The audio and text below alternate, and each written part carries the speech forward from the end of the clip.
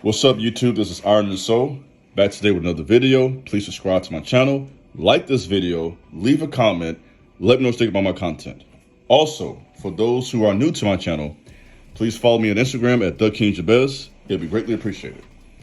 Well, man, let's do some work. I want to talk about today something that I mentioned before in the past, and I want to go directly at this again, and that is why black men do not get along. Why is there so much infighting with other black men?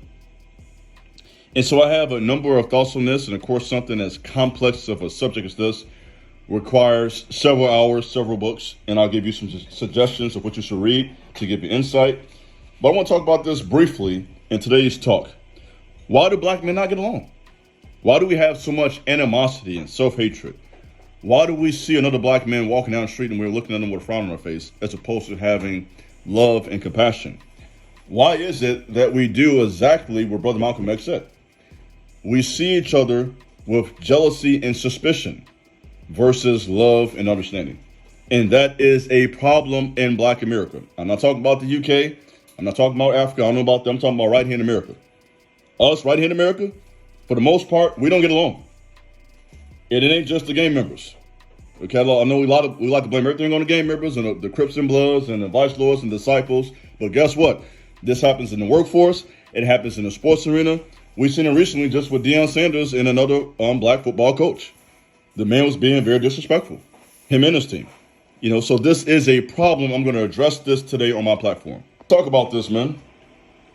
Here's my first reason I think we don't get along. A lot of us have what I call the Elijah complex. Elijah, for those who may not read the Bible, was a prophet of God. And according to 1 Kings 19, verse 14, he had this idea that he was the only prophet who didn't bow down to Baal. So when you talk about the Elijah complex, is the idea that I'm the only person serving God this way. And a lot of us as black men, we have that I'm the only black guy mentality. I'm the only black man at this job. I'm the only black man on this team. I'm the first black man to get this degree. I'm the first black man, and we act like that's a compliment. That ain't no compliment, man. Why do we have to outdo another black man to feel good about ourselves? That is not a compliment. So we have to get rid of this I'm the only black man mentality. I'm gonna take it back for you. I'm gonna give it to you directly. You know me, I'm gonna give it to you in the raw. We have to get rid of that head nigga in charge mentality. You know how I'm coming out. If you don't like that, don't follow me. I'm coming raw in the paint. You hear me? Hard in the paint. Like Walker. We gotta get rid of that head nigga in charge mentality. You gotta be the top dog.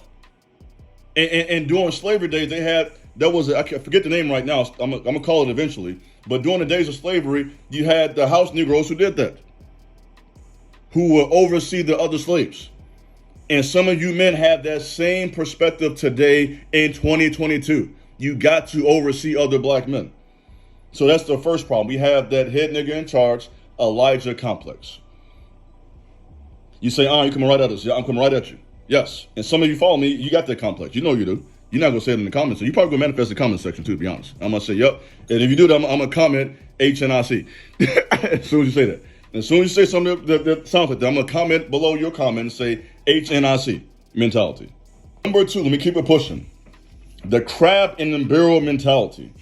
This is very true in the ghetto. I hate to say this coming from the west side of Chicago, and this really happens in the ghettos in Chicago and LA and California, New Orleans, Florida, Detroit, New York City. A lot of urban communities in Chicago, we have that crab in the barrel mentality. When people get out of the ghetto, which is the goal, by the way, the goal is to get out. The goal ain't to be over there, living there. The goal is to get out. And when you get out, there are so many who have this jealousy and hatred towards you. They'll try to sabotage you. They'll try to kill you. This is why so many rappers die in their hometown. Because of the crab in the barrel mentality. That's why if y'all rapper, by the way, listening to this and you got some money, leave your hometown. Because there's probably somebody over there right now who's been watching your whole life who ain't never liked you. And he definitely don't like you right now. He over there broke, toe up.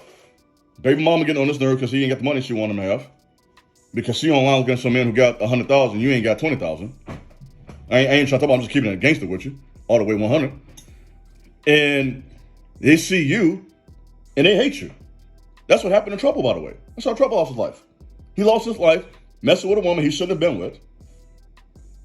And this goofball man, to be honest, killed him over a female that's cheating on him. Just this crazy crab in the barrel mentality. So a lot of us have that mindset where you just hate another black man doing better than you. And if you see someone with that mentality, brother, run for your life. Don't deal with them. Don't talk to them. Don't be friends with them. They will set you up. And it goes for these men, and it goes for these jealous females too. A lot of them on that, they so jealous of your success, what you got going on. So here's what the Bible says in Psalms. Take you to the book too, by the way. I'm going to take you to the ghetto and the book. That's how I'm coming. Ghetto and the book. Let's go from the ghetto right to the Bible. Here's what the Bible says in Psalms 8 and verse 6. Jealousy is as cruel as the grave. It's like a graveyard. And the ghettos are like graveyards. Walking dead men. Why? Because we have this crab in a barrel mentality that kills so many of us. Point number 3. You guys taking notes? You enjoying this? Well, the real ones are the ones who I'm talking to ain't like, you mad at me. If you're mad at me right now, it means I'm talking to you. Number 3. Self-hatred. The Willie Lynch letter. With that Willie Lynch syndrome. You hate the shape of your nose. You hate the way you look. You hate yourself. Some of you men flat out hate being a black man. You're not going to admit that. But I'm convinced that's what it is. And part of that comes from your mama. Your mama hated your daddy and your grandfather and showed love to the daughters. So the son grew up thinking, okay, man, damn, I don't want to be, why be a black man? No one in his family likes a black man. So I might as well act like a girl. And I'm not trying to be funny. I am being dead serious, bro. I'm not trying to be funny at all. This is one reason why we're raising some feminine men. Because everybody in your house hates the black man. And you want to be everything but that. You will never talk to have love for a black man. Self-hatred. No one in that household likes black men. So some of you hate being a black man. You'll never admit that. I'm gonna say it for you. You want to be everything but that. That's why your whole identity is based on being better than another black man. You got to prove I'm the better black guy. Why? Because you have a poor opinion of black manhood. That means you have been thoroughly brainwashed and taught by people who put that in your mind. Let's keep it moving. Number 4, hurt people hurt people. You're hurting. You're in pain. You need help economically. This is not no condemnation. This is just facts. You're struggling financially. You're struggling spiritually, psychologically speaking, and no one's helping you. So I get it. You feel abandoned. You feel rejected. And so hurt people hurt people. If you are consistently being treated like a second-class citizen, right? Stared at in public, just mind your business. People looking like you're a dog. Going to the gas station, going to the barbershop, going anywhere. You get this hatred from white people looking at you all crazy. Other black men looking like they want to fight you. So everywhere you go, people looking like you're an enemy. So it's only a matter of time before you just respond to that. You just say, forget everybody there. Don't none of y'all like me. White people looking at you all crazy. Other black men got their face all turned up, mean mugging you. It's messed up. You got nowhere to run. Besides God, to be honest. Let me throw that out there real quick. Let me just, that part, real quick. You got God. Let me give you that piece. You feel like you don't belong here. And it's uncomfortable. And if we're not careful, we can take out that pressure and stress on each other. This leads to the shootings, the fightings, the workplace wars, the family pressures and dysfunction. So we end up taking all that pain and frustration and aggravation out on another black man by either fighting them or shooting them. Okay, I'm gonna keep it all the way 1,000, let's keep it a buck with you. We take it out at work with the other black guy at work, trying to sabotage them, hating, jealous if you're doing better than you. Family pressure. You're pressing your wife and kids now. You know, that's a problem. Number 5, the most respected adult collectively in black America is not the black men. Let me just put that out there clearly. Don't care who don't like it. The most respected adult collectively speaking in black America is not the black men. So we're not even the most respected, even in our own community. What has happened over the last 40, 50 years, I'm gonna keep on saying this whether you like it or not. If you don't like it, don't follow me, you understand? What has happened for the last 40, 50 years is a lot of propaganda, indoctrination, teaching, government, all type of stuff has basically shown that the black man ain't nothing. That's how most people look at us, including the women and kids in our community. A lot of the boys and women and girls don't respect the men.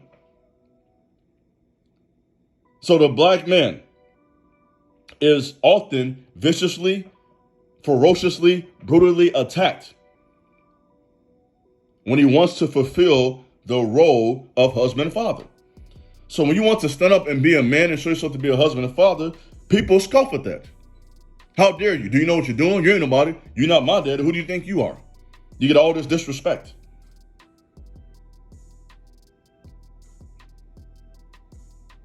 And that's something that can cause the average person to lash out. So we have such a self-hatred because we're often the recipient of much disrespect. And that's 1,000. And that's just the truth. So let me just kind of close this with something that can give you some food for thought if you made it this far. Let me give you something you can read for personal study. Let me give you a few books. The Tears We Cannot Stop by Dr. Michael Dyson. Up from Slavery, Booker T. Washington. The Rose from the Concrete, Tupac Shakur. The Post-Traumatic Slave Syndrome, I did like a 2-hour live on that. Go read that book. And I would say watch hours of lectures, talks, and read hundreds of articles. There you go. Let me help you out to deal with this, because this self-hatred has to be dealt with through knowledge and through practical application, just like your spiritual growth. The same thing with your spiritual growth. It's the same thing with our relationship with each other. There has to be conversations. There has to be dialogue. We have to solve problems through talking. Doesn't have to get aggressive and violent right away. You had a guy recently, this happened recently, a guy killed a football coach at a Pop Warner football game. You that turned up at a little boy's football game, you killed a coach? I mean, you walk around, that means that you walk around, you are a psychopath. That's what that tells me. Being a black man in America has driven some of us crazy. And I promise I'm not trying to be funny. I'm being dead serious. That's a logical explanation. Being a black man has made some of us crazy. To the point you get a gun and shoot somebody, a coach, in front of his family at a Pop Warner game? Are you stupid? You got to be kidding me. You got to be kidding me. You just helped white supremacists out, dumb. Because what you did with that stupid act, you just took 2 fathers from their families. Good job, dummy. So now that boy lost his daddy, and now your kids ain't got you around. Because we got to prove something to one another. That's our problem. Won't we prove something to one another by just standing on our business and being consistent and raising our families and helping each other out? That's how you prove something. We got to do better.